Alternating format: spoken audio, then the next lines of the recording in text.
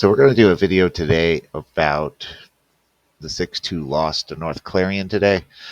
And we're going to just show a couple of the goals in the first half, at least the two that are on tape. The middle goal is not on tape, but at this point in time, this game is 0-0. And, the ball is going to come in front of our net here.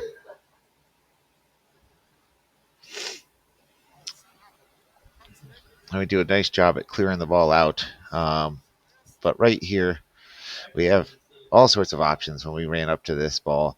We're going to back it up just a little bit here. And, see, after CJ clears this ball out, we got two players here that can go to the ball, right? We could drive on this ball this way. We could drive on the ball around that way, right?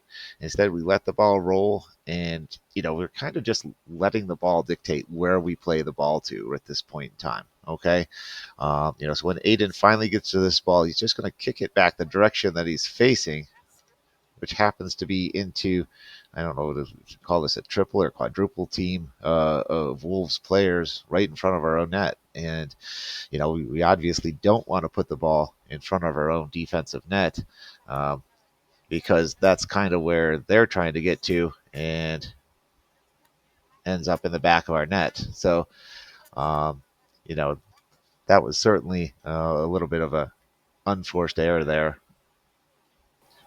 All right, here's the second goal, or I guess the third goal of the first half. And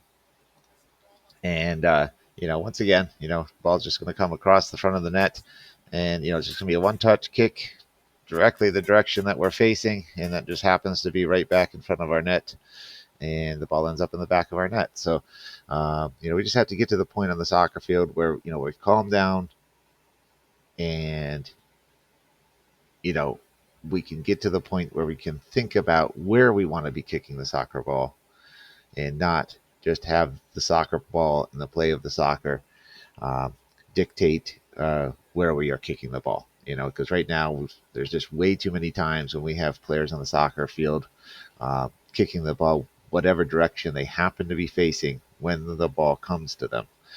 So we'll continue to work on half turns and those skills that allow you to play the ball in the places where we want to play the ball and not just play the ball the way that we happen to be facing. All right. We'll see you guys at practice tomorrow.